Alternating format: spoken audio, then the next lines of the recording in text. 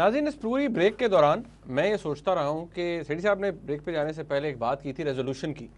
तो किस तरह की रेजोल्यूशन आ सकती है सेठी साहब? क्या अब ये बात आप अपने को आपको इल्म है किसी बात का, हुकूमत की इंटेंशंस का, कुछ चिड़िया चुड़िया कहीं से फिर क्या या ये इट्स प्योर लॉजिक?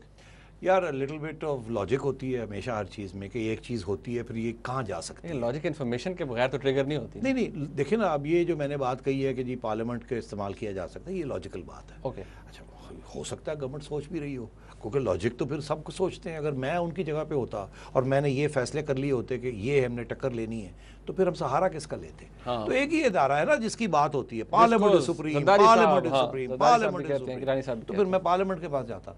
अगर मैं पार्लियामेंट के पास जाता तो मैं नेशनल असेंबली के पास जाता, और उसके बाद या उससे पहले मैं सिंध असेंबली में जाता। ओके, जाहिर है ना, दो असेंबलियां तो तकड़ी है ना मेरी। अब फ्रंटियर का मैं कह नहीं सकता, मगर वो भी हो सकता है, मगर डेफिनेटली सिंध और नेशनल असेंबली तो बात हो सकती है ना।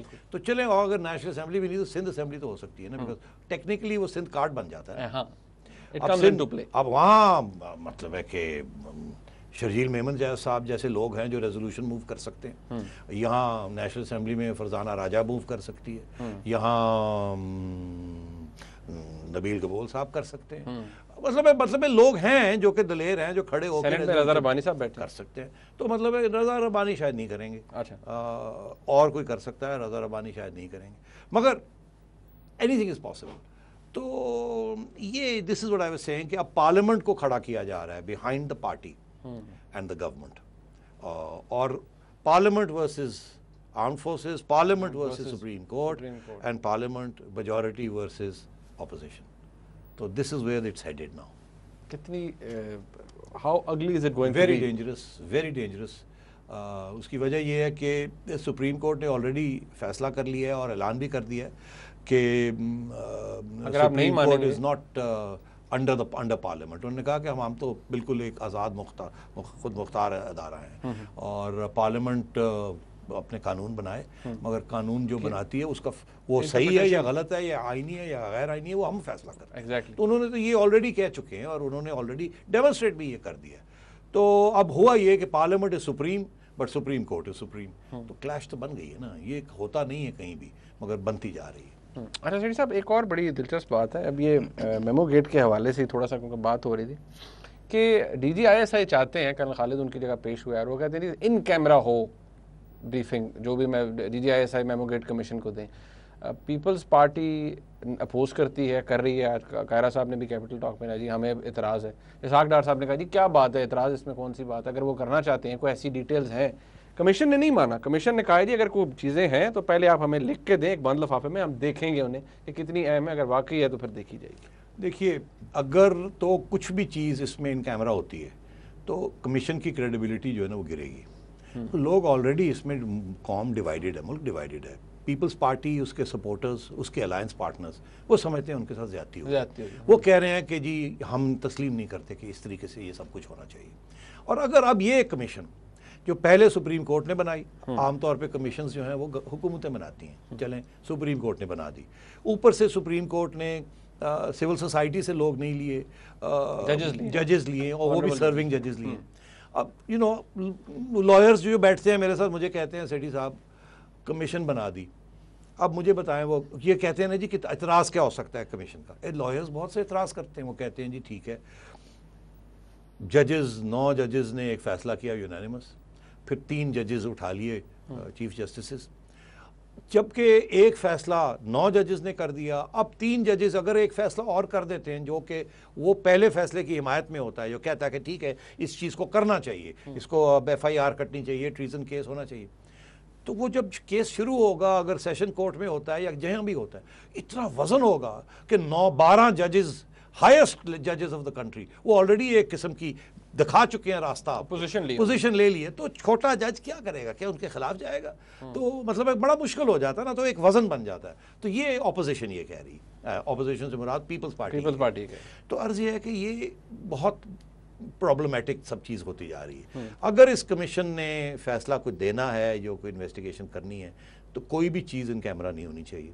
ताकि कल हम जैसे लोग या और लोग या पीपल्स पार्टी वाले लोग हम उठाएं, सवाल खड़े करें कि ये क्या हुआ, हमें पता नहीं चला, क्या चीज़ है जिसके ऊपर जजों ने ऐसे फैसले किए, हमें तो पता ही नहीं चला। लेकिन एक चीज़ तो ये कहते हैं हेड साहब कि इसने तो प्री ट्रायल एविडेंस इकट्ठी करनी है। सुप्रीम कोर्ट ने अभी तक मेंटेनेबिलिटी के ऊपर बात की थी पिटिशन, और ये कहा कि कमीशन प्रोब करे, दैट्स इट। हालांकि सुप्रीम कोर्ट की भी कोई पोजीशन नहीं आई इसमें। नहीं, मगर DGI ऐसा लगता है ऐसे कि उन्होंने अपनी पोजीशन चेंज कर ली। हाँ। जैसे कि हुकूमत ने अपनी पोजीशन चेंज कर ली। पहले कहते थे कि ठीक है, वो याद है आपको जो बयान आया था कि इन्होंने जो भी स्टेटमेंट्स दिए हैं वो रूल्स ऑफ बिजनेस के तहत दिए हैं।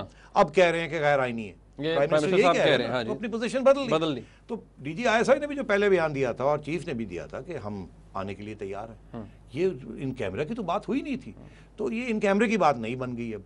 तो मैं ये समझता हूँ कि इन कैमरे वैमरे बातें नहीं होनी चाहिए। पहले भी ये डिमांड आई थी कि हुसैन हक्कानी ने रिज़ाइन किया, तो DGI को भी करना चाहिए। ही इज़ द मेन एक्यूज़र है, उन्होंने इन्वेस्टिगेशन की है। तो अर्ज़ ये है कि ये चीज़ें अब ख़राब होंगी। मैं पहले दिन से कह रहा हूँ कि इस पर सारे मुल्क और कौम का नुकसान हो रहा है। इस मेमो गेट में ये एक बहुत बड़ा ज़ख़म आपकी बॉडी पॉलिटिक पे लग रहा है और इसमें अच्छे नताइज नहीं निकलने।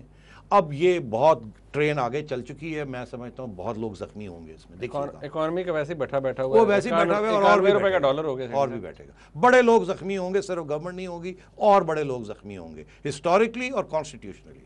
अरे सेठी साहब, मैं प्रेसिडेंट साहब का जो इंटरव्यू था, अब एक मैं आपको कुछ याद कराना चाहता हूँ, पता नहीं आपको याद रहा है कि नहीं है। नाज़रीन, ये क्लिप है, ज़रा देखिए।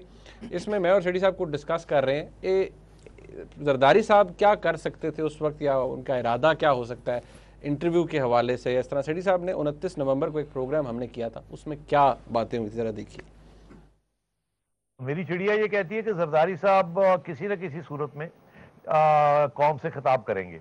कौम से डायरेक्ट खिताब नहीं करेंगे, हो सकता है कोई इनकी इंटरव्यू हो जाए जिसमें जरदारी साहब अपने सारी अचीवमेंट्स और सब कुछ और ये सारी बातें जो हैं वो आराम से बैठ के किसी के साथ टीवी के ऊपर करें, जो कि हो सकता है कोई मेजर नेटवर्क या PTV या इस किस्म की चीज़।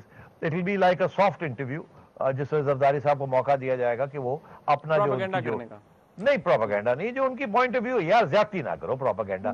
तो फिर तो सारे प्रोपेगेंडा करते हैं, सिर्फ वही रह गए प्रोपेगेंडा करने वाले, बड़े शरारती हो तो। यार नहीं, ऐसी कोई बात नहीं है। देखिए, गलतियां सबसे हुई हैं, उन्होंने कोई नंबर भी तो लगाए हैं ना, बहुत सी छोटी छोटी चीजें की हैं जो आज नहीं कल आप याद करेंगे, और हो सकता है जरदारी साहब भी तारीख की बातें करें। तो ये पता नहीं क्या है, मगर मेरी चिड़िया कुछ इस किस्म की खबर लाई है। सेठी साहब, आपकी चिड़िया ने अपना देखा ना वो, ये तो मुझे याद ही नहीं था ये। हाँ नहीं देखे, अब मुझे 29 नवंबर और अब ये इंटरव्यू तो अब हुआ ना, जरदारी साहब की इंटेंशंस का पता लगा ली थी आपकी चिड़िया। चले तो फिर आप डिस्कस कर लें। नहीं, अच्छा, जरदारी साहब ने देखिए, बातें तो काफ़ी लंबी है। आपको वैसे इम्प्रेशन क्या लगा कि सवालात के जवाब सही दिए या मुतमईन नहीं? नहीं, बिल्कुल नहीं। उसकी वजह यह है कि जैसे हमने कहा था उसी किस्म की इंटरव्यू हुई, उन सवाल तो पूछे गए सारे, मगर जवाब के बाद काउंटर सवाल नहीं आया। और मेरा ख्याल है जरदारी साहब बड़े सुकून लग रहे थे, और मगर अफसोस इस बात का कि हम लोग बाहर सारे बिल्कुल सुकून में नहीं है। बाहर अफरा तफरी हो रही है। वो कहते हैं पाकिस्तान खपे, एक्चुअली हम सब खप रहे हैं। तो फ्रैंकली उन्होंने जो जवाब दिए बड़े अनसेटिस्फैक्ट्री थे, मज़ा नहीं आया, मगर उन्होंने अपने जवाब देने थे, उसमें बहुत से कुछ दिलचस्प जवाब भी थे जिसकी डिस्कशन हो सकती है। अच्छा सेठी साहब, मैं शुरू करता हूँ इसी हवाले से। ये बीबी के कत्ल के हवाले से पहले बात करूँ। कहते हैं बैतुल्लाह महसूद तक मैं पहुँच चुका हूँ, वहाँ मैंने कॉमा लगा दिया, the buck doesn't stop there, लेकिन आगे कोई बात नहीं करते। आगे इसलिए बात नहीं करते मुनीब, क्योंकि आगे बात वहीं आती है जहां वो एक और पिटिशन आ गई है ना FIR के, जो चीफ जस्टिस साहब ने निकाल ली है, जिसके अंदर चौरी, परवेज लाई और इन लोगों के नाम है। तो फिर बात कैसे आगे जाए, वो कॉमा ही डालना पड़ता है ना, बिकॉज बीबी ने तो इल्जाम कहीं और भी लगा दिए। वो कहते हैं ट्रायल चल रहा है, इसलिए मैं तो इसलिए वो नहीं जिक्र कर सकते कि अगर बात आगे गई तो उसमें पता नहीं, उसमें फिर मिलिट्री की भी बात आ जाएगी, फिर उस वक्त की जो हुकूमत थी उसकी भी बात आ जाएगी, मुशर्रफ की बात आ जाएगी, उस वक्त के जो हेड ऑफ ISI थे उनकी बात आ जाएगी, जो आज चीफ हैं। तो बड़े मसले खड़े हो जाएंगे, इसलिए कॉमा ही रखा हुआ है और बेहतर है इसको कॉमे पे ही रखें। साहब ब्रेक नाज़रीन, ब्रेक का वक्त है। ब्रेक के बाद ये कुछ मजीद बातें करेंगे, आपकी कॉल्स भी लेंगे, हमारे साथ रहेगा।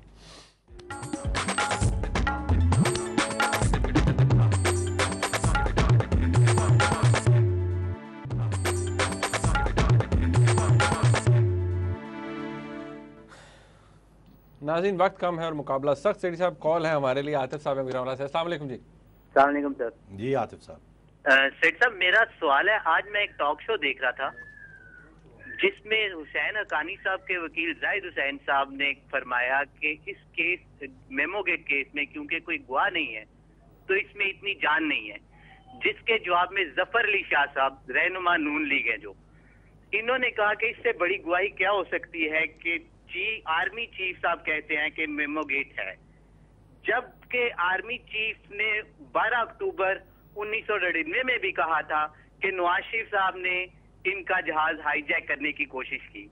तो इन दोनों जवाबों में इतना डिफरेंस क्यों है सर? बड़ी मेहरबानी यार, ये तो बड़ा सख्त सवाल है। बर्बाद हो गए तुम।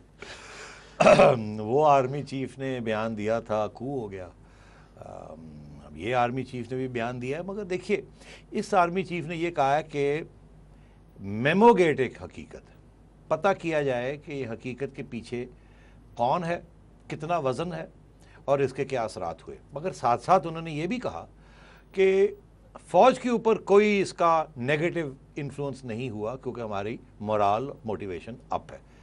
तो ये मतलब है दोनों बातें चल रही हैं यहाँ।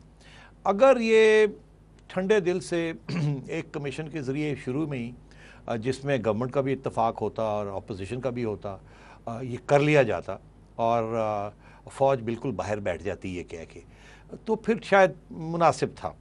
मगर अब इसमें सुप्रीम कोर्ट, अपोजिशन, फ़ौज सारे इसमें मुलव्वस हो चुके हैं और ये बहुत कॉम्प्लिकेटेड मामला बन चुका है, इसीलिए इतनी बड़ी सख्त क्राइसिस बनी हुई है। उस वक़्त जब जिसका हवाला आप दे रहे हैं, उस वक़्त तो एक आर्मी चीफ था और एक प्राइम मिनिस्टर था और दूसरे तो लोग इन्वॉल्व ही नहीं थे। और उस वक्त का सुप्रीम कोर्ट आपको याद होगा जब कू हुआ तो उन्होंने फ़ौरन PCO ले लिया था। तो वो हालात और आज के हालात में बहुत फ़र्क है। अच्छा, फजल साहब मुल्तान से जल्दी से उनसे बात करते हैं। अस्सलाम वालेकुम जी। वालेकुम सलाम जी फजल साहब। जी सेठी साहब, मैं आपको ये प्रोग्राम देख रहा हूँ, उसमें आपने काफ़ी सख्त बातें की हैं, काफ़ी क्राइसिस का जिक्र किया है और ये भी सुना जा रहा है कि अगर पीस पार्टी ये कह रही है कि मरने से बेहतर है कि शहीद हुआ जाए, और पीस पार्टी के हल्के कह रहे हैं कि जो चीफ आर्मी स्टाफ और ISI चीफ को पार्लियामेंट में जो गिलानी साहब हैं वो सैक कर सकते हैं। और यहाँ ये भी कहा जा रहा है कि वो जो मेमो स्कैंडल की जो फेयर इन्वेस्टिगेशन है उसके लिए ISI चीफ को वो कुछ अरसे के लिए लीव पे भेज सकते हैं। तो इन चीज़ों में क्या हकीकत है? क्या हम इतने आगे बढ़ चुके हैं, कोई वापसी का रास्ता नहीं?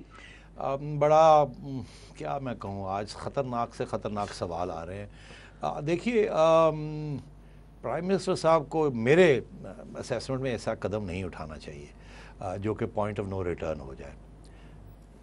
Let's go further. Suppose prime minister साहब कॉन्फ्रंटेशन की तरफ बढ़ते हैं और वो सैकिंग्स की तरफ जाते हैं, तो आपको पता है पहले भी ट्रांसफ़र्स हुए, सुप्रीम कोर्ट ने रोक दिए, लोगों को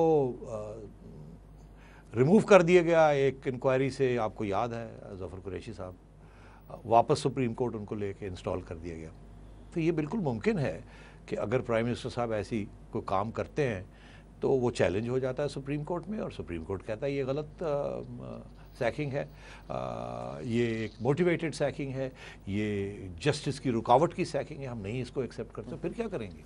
तो फिर तो मतलब है उसके बाद तो फिर कहीं और जा नहीं सकेंगे ना, फिर तो रिज़ाइन करना पड़ेगा ना। तो इसलिए अर्ज़ी है कि मैं नहीं समझता कि प्राइम मिनिस्टर साहब इस कदम का कदम उठाएंगे। गालबन मेरी ये असेसमेंट रही है कि ये प्रेशर है, और प्रेशर ये नहीं है कि इसको किसी तरीके से धकेल के मार के इनको ख़त्म किया जाए इस गवर्नमेंट को, मगर प्रेशर ये है कि इस गवर्नमेंट को फोर्स किया जाए तो खुद रिज़ाइन करें। अब वो तैयार नहीं है खुद रिज़ाइन करने के लिए, इसलिए ये कॉन्फ्रंटेशन हो रही है। मैं ये समझता हूँ कि ये इस तरफ सैकिंग की तरफ भी ये नहीं आने के लिए तैयार। हाँ, ये हो सकता है कि वो कह दें कि जी पिटिशन कर दें या सुप्रीम कोर्ट को अप्रोच कर लें कि या कमीशन से ये कहें कि देखिए वही जो बात मैंने पहले की थी कि हक्कानी साहब को आपने ECL पे डाल दिया है, हक्कानी साहब को आपने पासपोर्ट उनके छीन लिए, हक्कानी साहब ने रिज़ाइन भी आपने ले लिया है। उसके बाद मगर जो DG ISI हैं, जो इक्वली इंटरेस्टेड पार्टी हैं, जिन्होंने इन्वेस्टिगेशन की है, जिन्होंने ऑलरेडी कंक्लूजन कर लिए, फिर डीजी साहब को भी अगर रिजाइन नहीं तो कम से कम step aside from this investigation, इस किस्म की डिमांड आ सकती है। मुझे नहीं पता आ रही है कि नहीं आ रही, मगर ये these are all logical consequences जिस तरफ ये कॉन्फ्रंटेशन बढ़ रही है। तो जैसे जितनी ये गहरी होगी कॉन्फ्रंटेशन मेरे दोस्त, उतना नुकसान सबका होगा। देखिए हुकूमत का नुकसान तो जितना होना है इससे ज़्यादा क्या हो सकता है। आप आखिरी, वो कहते हैं आखिरी टांगों पे खड़े हैं, तो वो तो मार्टर बन के ही निकलेंगे, मगर अपोजिशन का हो सकता है, सुप्रीम कोर्ट का हो सकता है, फौज का हो सकता है, because after all perception is reality. Perception एक क्रिएट हो रही है ना। सही साहब, वक्त खत्म हो गया। नाज़रीन, आपने प्रोग्राम देखा, इसका फीडबैक हमें ज़रूर दीजिएगा। देखने का बहुत शुक्रिया। अल्लाह हाफ़िज़।